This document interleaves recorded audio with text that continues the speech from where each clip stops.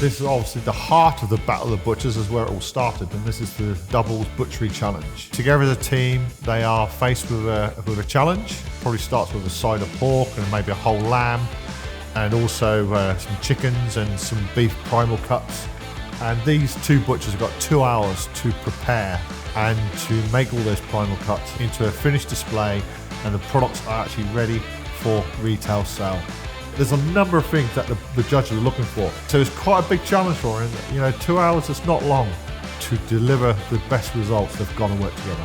It's not just about on the day, because a lot of these teams will have been practicing long before the competition itself and working together as a team. And when they win it, they are so proud and over the moon, and you know, their hard work is all paid off. Back to their business and show their customer base and just show, look what we've achieved.